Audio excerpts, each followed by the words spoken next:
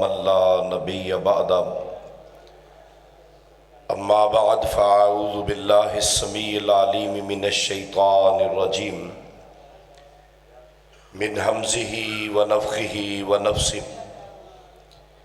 بسم اللہ الرحمن الرحیم کنتم خیر امت اخرجت للناس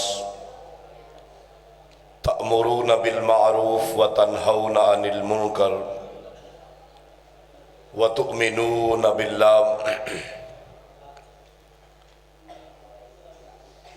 ہر قسم کی حمد و ثنا، تعریف و توصیف، کبریائی، بڑائی، بزرگی اللہ ذو الجلال والاکرام اس ذات باری تعالی کے لیے کہ جو ہم سب کی خالق، مالک، رازق، مشکل کشا، حاجت روا، بگڑیاں بنانے والی، نفع اور نقصان، کامیابی اور ناکامی، زندگی اور موت، تندرستی اور بیماری، تنگ دستی اور خوشحالی، عزتیں اور ذلتیں، الغرض اس کائنات کے ایک ایک ذرے کی واحد بلا شرکت غیر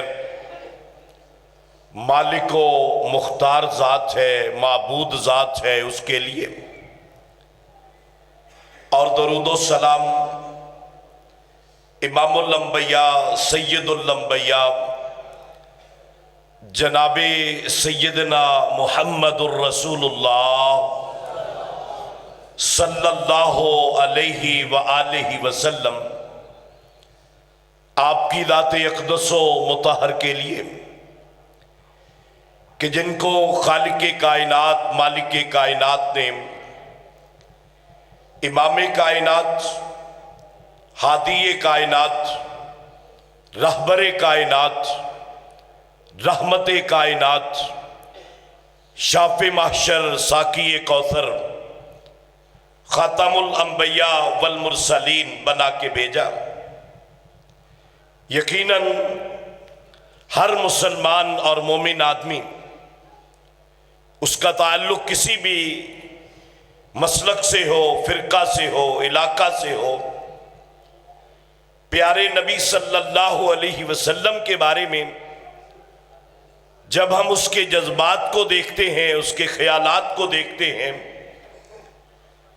انتہائی خوشی اور مسرت ہوتی ہے۔ لیکن میرے بھائیوں، انتہائی شرمندگی کا احساس ہوتا ہے، بہت سی پریشانی ہوتی ہے، شرم آتی ہے کہ جب ہم اپنے کردار کی طرف دیکھتے ہیں، ہم اپنی شادیوں کی تقریبات کی طرف دیکھتے ہیں کہ ہمیں ان تقریبات سے ہندوؤں کے رسم و رواج کی بو تو آتی ہے، یہود و نصارہ کی تہذیب اور یورپ کا کلچر، وہ تو ہمیں اس سے رشتے ہوئے پیپ کی طرح محسوس ہوتا ہے، لیکن پیارے نبی صلی اللہ علیہ وسلم کی پیاری تعلیمات اور سنتوں کی معطر ہوائیں جو ہے وہ ہمارے گھروں سے نہیں اٹھتی۔ اس لیے میرے بھائیوں، عہد کریں اس پروگرام کے اندر کہ اس 480 گاؤں اور گرد و نواح سے آنے والے معزز مہمانان کہ ہماری شادیاں سنت کے مطابق ہوں گی۔ ارادہ کریں انشاءاللہ ہماری غمیوں کے اوقات سنت کے مطابق گزریں گے۔ تو قرآن مجید فرقان حمید سے جو آیت مبارکہ آپ کے سامنے تلاوت کی ہے، اگرچہ بہت لمبا بڑا موضوع ہے، لیکن میں محض آپ دوستوں کو ایک تو مبارکباد دینے کی غرض سے کہ اتنا اچھا اور بھرپور پروگرام اللہ ذوالجلال والاکرام اسے قبول فرمائے، اور اسی طرح ماشاءاللہ ہمارے جو گرد و نواح کے دیہات ہیں ان میں، اور اب 480 میں بھی جو آپ لوگوں نے ماشاءاللہ بچوں کی تعلیم کا، ان کی تربیت کا جو ایک سلسلہ شروع کیا ہے، سن کے بڑی خوشی ہوئی ہے کہ ماشاءاللہ پنجاب لیول پہ آپ کے بچوں نے دوسری پوزیشن حاصل کی ہے۔ یقیناً مبارکباد کے مستحق ہیں ان اداروں کو چلانے والے معاونین، مدرسین، اور اسی طرح ان بچوں کو اور ان کے والدین بھی مبارکباد کے مستحق ہیں۔ دل خوش ہوتا ہے ماشاءاللہ ان اداروں کو دیکھ کے۔ یہ ہمارے 479 کے بھی طلبہ تشریف فرما ہے، ایک مثالی ادارہ چل رہا ہے، اور یہاں پہ آ کے بھی دل خوش ہوا کہ ماشاءاللہ ہر لحاظ کے ساتھ ایک مثالی ادارہ جو ہے وہ ماشاءاللہ چل رہا ہے۔ تو میرے بھائیوں، اب ضرورت اس سمر کی ہے کہ آج کی اس کانفرنس کے پیغام کو لے کر، یہ میں دیکھ رہا ہوں ماشاءاللہ اب جتنے بھی پروگرام ہو رہے ہیں، سیرت شاف محشر ہوئی، اس میں بھی خوشی محسوس ہوئی کہ ماشاءاللہ 80%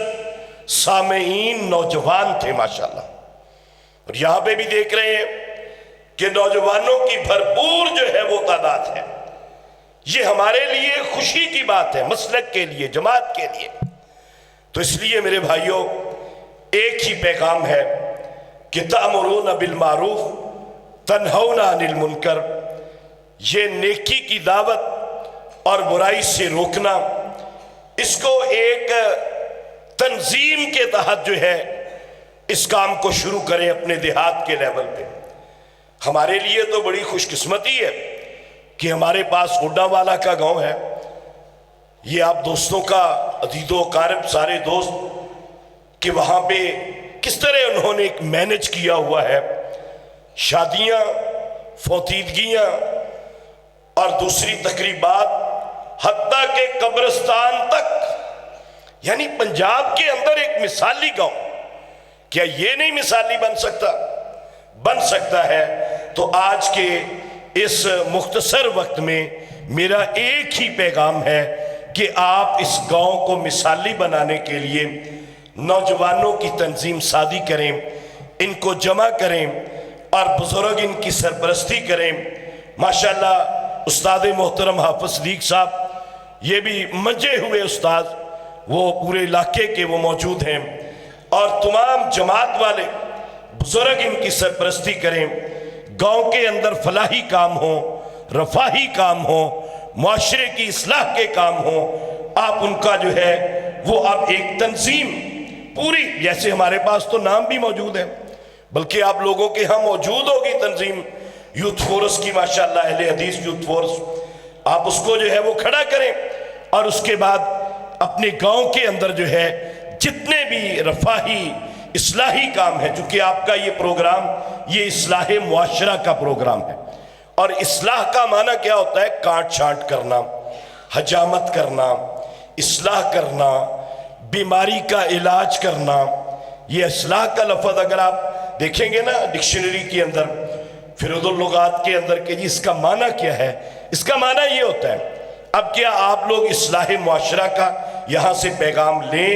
ایک باقاعدہ تنظیم بنائیں، نوجوانوں کو کھڑا کریں، اب وہ نوجوان جو ہے اس گاؤں کے اندر اس اللہ کے پرچم کو، پیارے نبی صلی اللہ علیہ وسلم کے پیغام کو لے کر نکلیں۔ اللہ رب العالمین سے دعا ہے کہ اللہ ذوالجلال والاکرام آج کا یہ پروگرام، یقیناً یہ دینی پروگرام، دینی ادارے، مساجد، مدارس، یہ میرے بھائیوں آپ احباب جانتے ہیں کہ کس قدر